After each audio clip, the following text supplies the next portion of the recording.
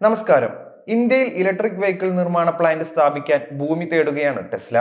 കഴിഞ്ഞ ദിവസമാണ് Tesla Indian വിപണിയിലേക്ക് വരുന്നുവെന്ന വാർത്ത പുറം ലോകം അറിഞ്ഞത്.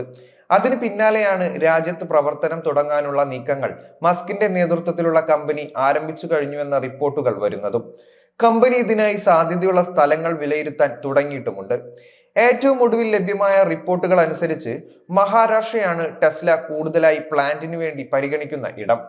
കൂടാതെ സംസ്ഥാനത്തെ ഉന്നത ഉദ്യോഗസ്ഥരുമായി ചർച്ചകൾ നടത്തി വരികയാണ് ടെസ്ല.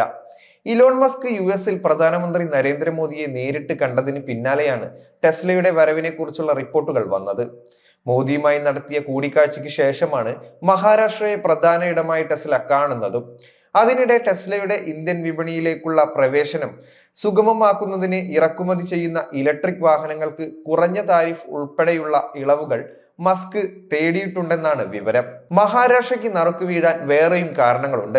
കമ്പനിക്ക് നിലവിൽ ഓഫീസുള്ള ഇടം കൂടിയാണ് പൂനെ. അത് കാരണം കൂടിയാണ് മഹാരാഷ്ട്രയെ ലിസ്റ്റിൽ ഫേവറേറ്റുകളാക്കുന്നത്. ടെസ്ലയുടെ പല വിതരണക്കാരും സംസ്ഥാനത്ത് സാന്നിധ്യമുള്ള ആളുകളാണ്. ഇത് സാധ്യതകൾ കൂടുതൽ വർദ്ധിപ്പിക്കുന്ന കാര്യമാണ്.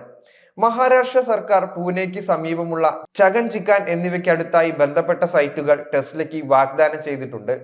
Mercedes Benz, Tata Motors, Mahindra and Mahindra, Volkswagen, Bajaj Auto തുടങ്ങിയ കമ്പനികളുടെ ആസ്ഥാനമാണ് ചകൻ.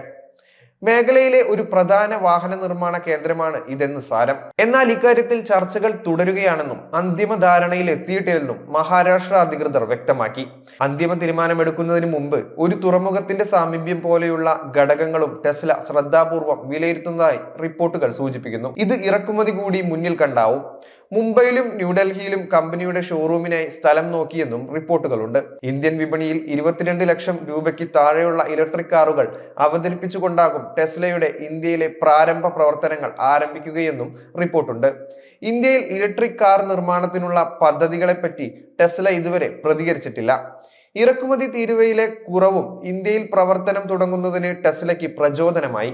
$40,000 കൂടുതൽ വിലയുള്ള ആഡംബര ഇലക്ട്രിക് വാഹനങ്ങളുടെ അടിസ്ഥാന കസ്റ്റംസ് തീരുവ 110% നിന്ന് 70% കുറച്ചതുൾപ്പെടെയുള്ള സമീപകാല സർക്കാർ നയങ്ങളാണ് ടെസ്ല അടക്കമുള്ള കമ്പനികൾക്ക് ഇന്ത്യൻ വിപണിയിലെത്താൻ അനുകൂല സാഹചര്യം ഒരുക്കിയത്.